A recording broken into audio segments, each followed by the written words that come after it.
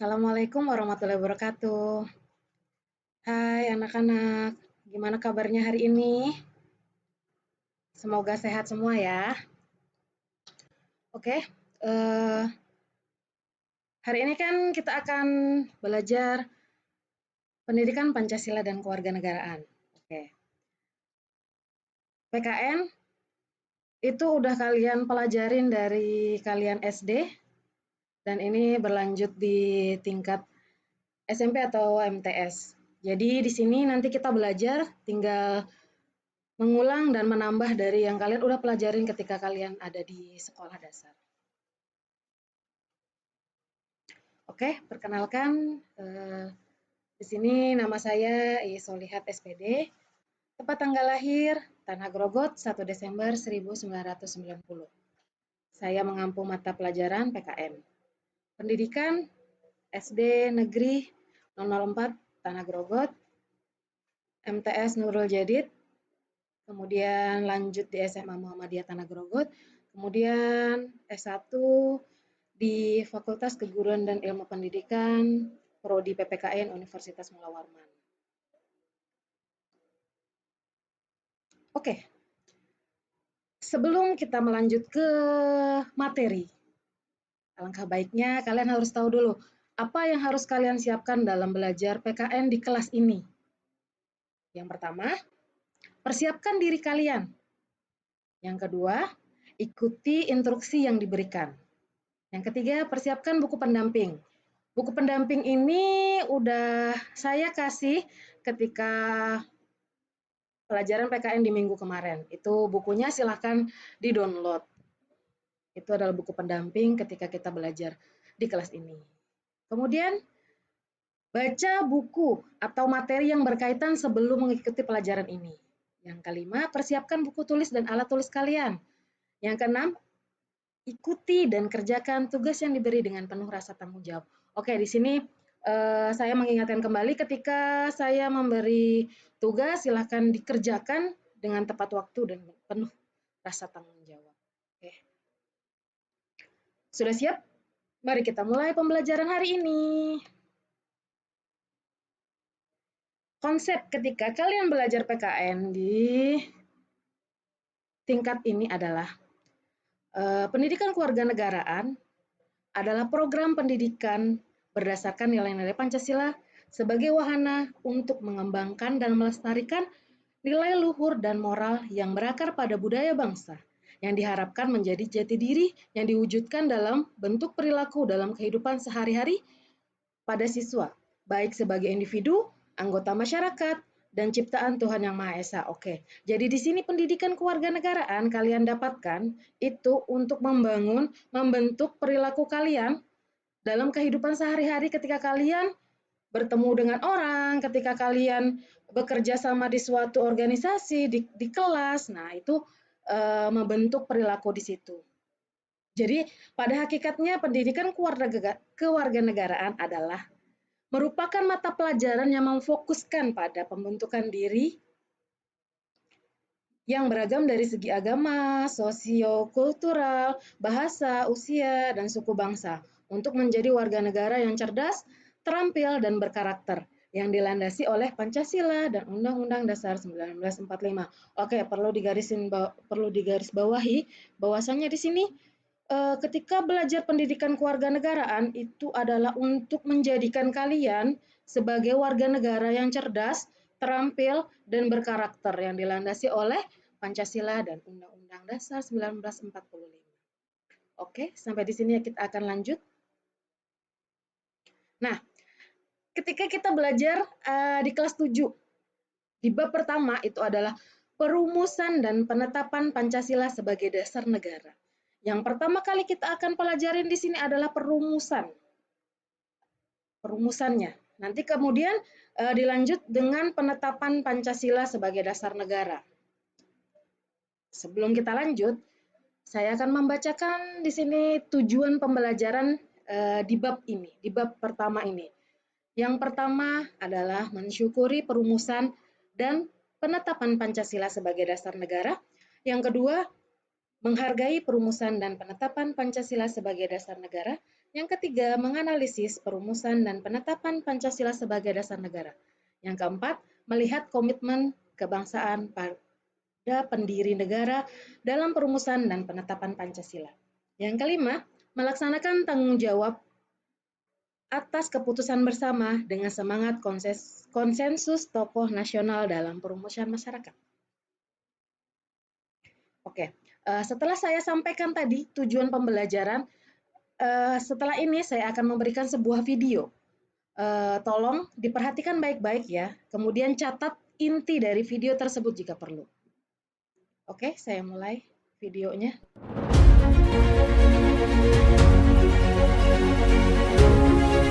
Perumusan Pancasila sebagai dasar negara.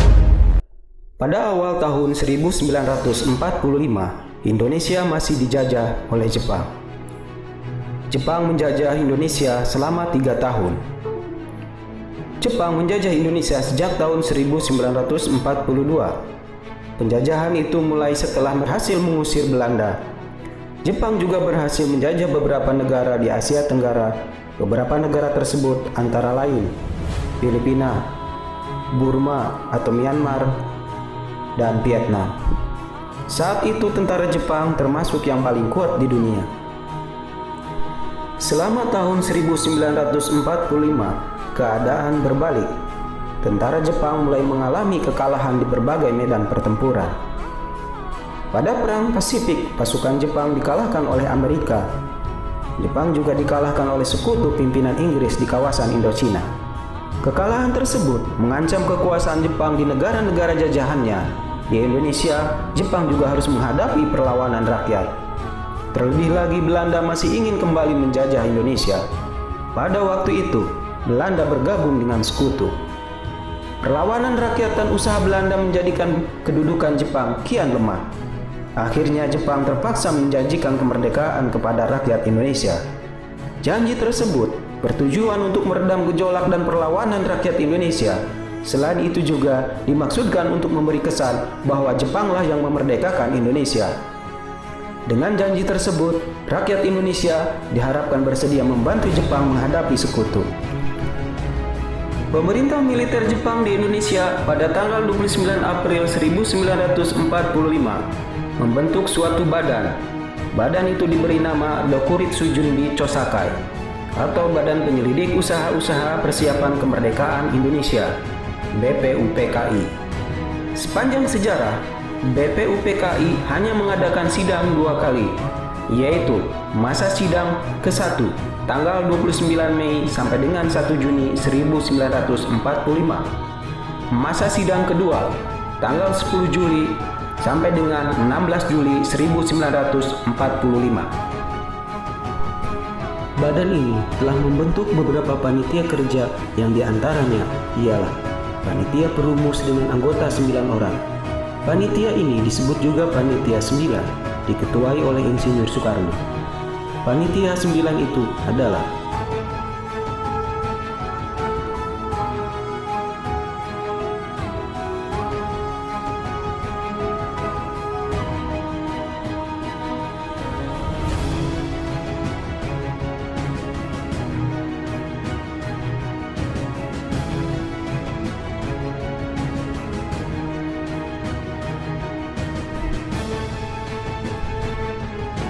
berikutnya adalah Panitia Perancang Undang-Undang Dasar diketuai oleh Insinyur Soekarno.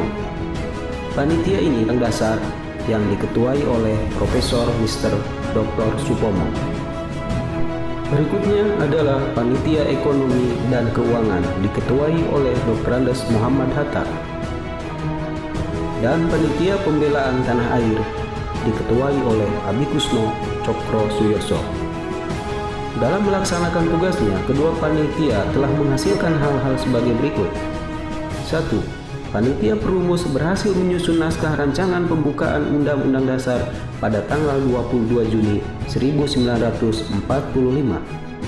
Rancangan pembukaan Undang-Undang Dasar ini kemudian dikenal dengan nama Piagam Jakarta.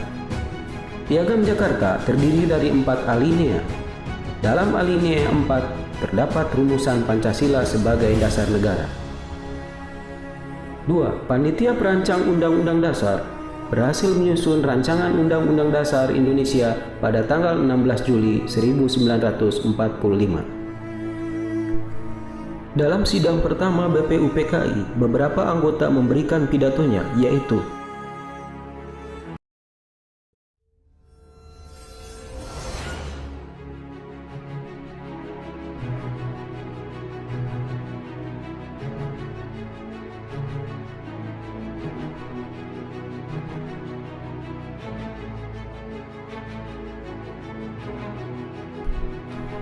susunan pengurus BPUPKI. Ketua Dr. Rajiman Widyodiningrat, Wakil Ketua Ichi Bangase Yosio dan RP Suroso, dan anggota berjumlah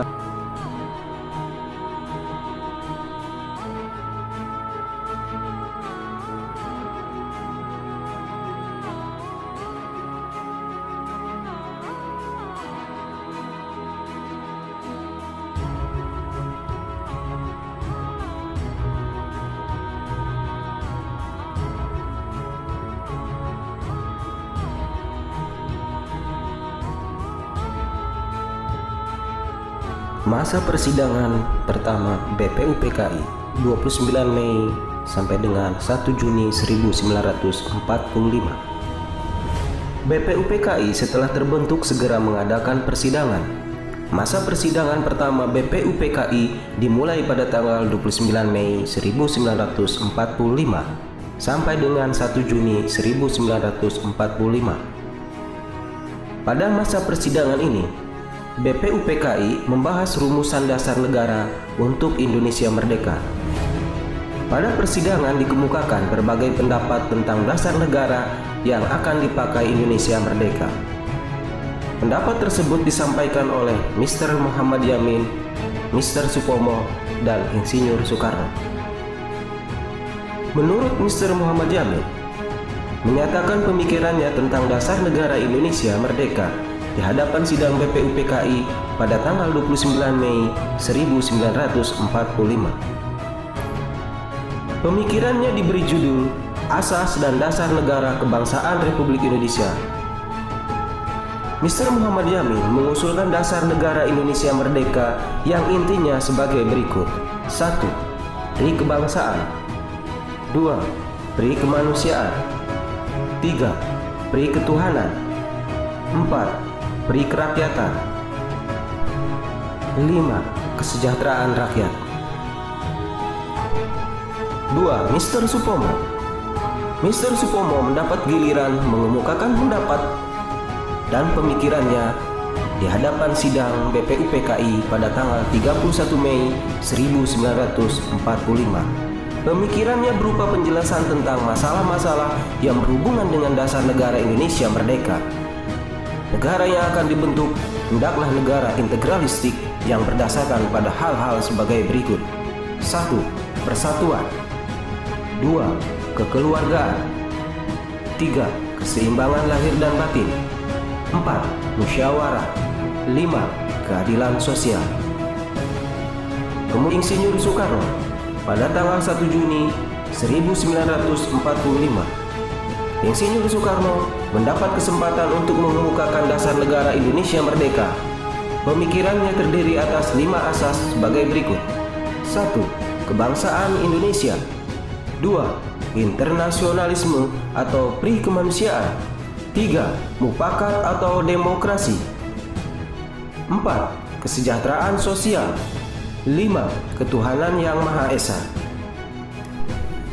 Kelima asas tersebut diberinya nama Pancasila sesuai saran teman yang ahli bahasa. Untuk selanjutnya, tanggal 1 Juni kita peringati sebagai hari lahir istilah Pancasila. Masa persidangan kedua BPUPKI 10 sampai dengan 16 Juli 1945. Masa persidangan pertama BPUPKI berakhir, tetapi rumusan dasar negara untuk Indonesia Merdeka belum terbentuk. Padahal BPUPKI akan reses 1 bulan penuh.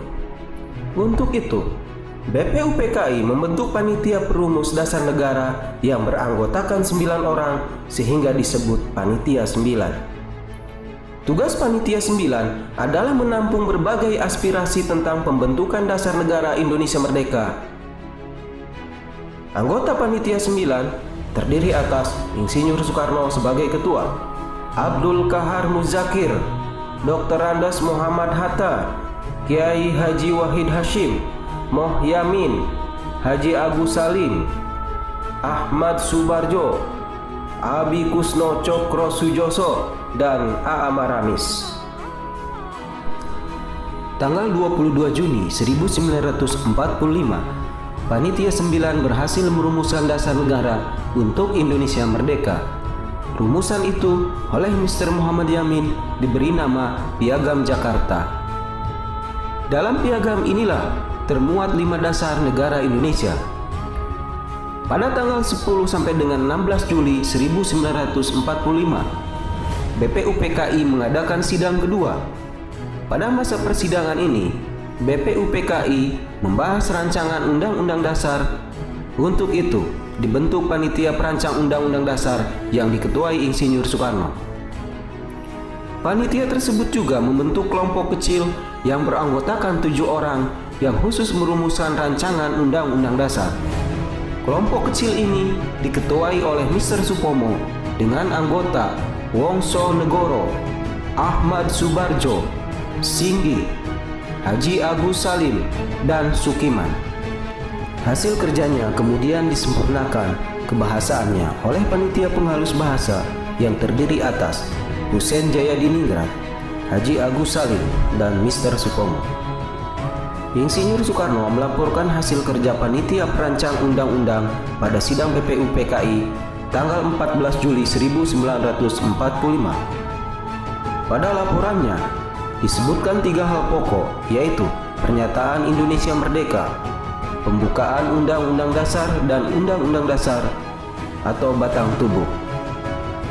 Pada tanggal 15 dan 16 Juli 1945 diadakan sidang untuk menyusun Undang-Undang Dasar. Berdasarkan hasil kerja panitia perancang Undang-Undang Dasar, pada tanggal 17 Juli 1945 dilaporkan hasil kerja penyusunan Undang-Undang Dasar. Laporan diterima sidang pleno BPUPKI. Selesai menjalankan tugasnya, BPUPKI dibubarkan pada tanggal 7 Agustus 1945. Sebagai gantinya, dibentuklah PPKI, Panitia Persiapan Kemerdekaan Indonesia. Dalam bahasa Jepang disebut Dokuritsu Junbi Inkai. PPKI lah yang mengesahkan pembukaan Undang-Undang Dasar 1945 yang rumusannya diambil dari Piagam Jakarta. Adapun susunan Panitia Persiapan Kemerdekaan Indonesia, Ketua Insinyur Soekarno, Wakil Ketua Dr. Andes Muhammad Hatta. Adapun untuk anggotanya sebagai berikut.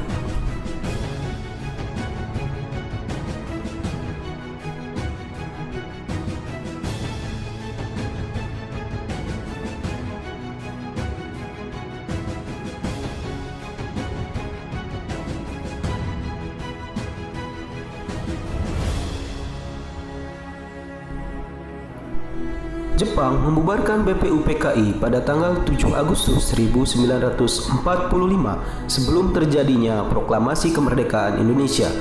Kemudian, untuk melengkapi alat-alat perlengkapan negara setelah terjadinya proklamasi kemerdekaan, maka dibentuklah Panitia Persiapan Kemerdekaan Indonesia atau Dokuritsu Junbi Inkai sebagai penggantinya. PPKI dipimpin oleh Insinyur Soekarno dengan wakilnya Dr. Andes Hatta dan penasihatnya Ahmad Subarjo. PPKI beranggotakan 21 orang yang mewakili seluruh lapisan masyarakat Indonesia. Mereka terdiri atas 12 orang wakil dari Jawa, 3 orang wakil dari Sumatera, 2 orang wakil dari Sulawesi, dan 2 orang wakil dari Sunda Kecil, Maluku, serta penduduk Cina.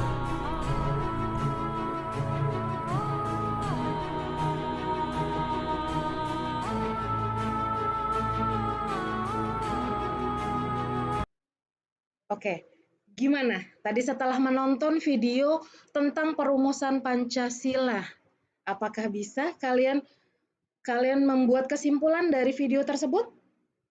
Jadi begini, Ibu kasih trik untuk membuat kesimpulan. Jadi, ketika membuat kesimpulan, itu urutkan dari tanggal. Jadi dari tanggal urut per tanggal. Nah, diselesaikan. Tanggal ini itu terjadinya apa? Kemudian tanggal ini terjadinya apa? Kemudian tanggal ini terjadinya apa? Seperti itu. Kurang lebihnya. Kemudian selanjutnya karena saya sudah memberikan video tentang perumusan Pancasila, mari kita menyelesaikan materi hari ini. Bagaimana? Yang pertama, bikin kesimpulan. Buat kesimpulan dari yang sudah kalian pelajarin hari ini. Kemudian list pertanyaan jika ada yang ingin ditanyakan atau ada yang belum kurang paham, silakan ditanyakan. Kemudian selanjutnya ucapkan terima kasih kepada guru kalian setiap selesai memberi materi. Kemudian jangan lupa bersyukur.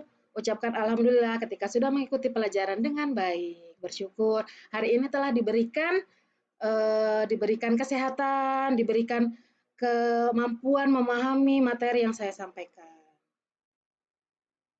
Oke, karena materinya sudah selesai, sampai jumpa minggu depan, sampai jumpa dengan materi selanjutnya. Kalau ada yang ingin ditanyakan, silakan bisa langsung ke grup pembelajaran atau bisa langsung bertanya langsung kepada saya. Oke, terima kasih. Wassalamualaikum warahmatullahi wabarakatuh.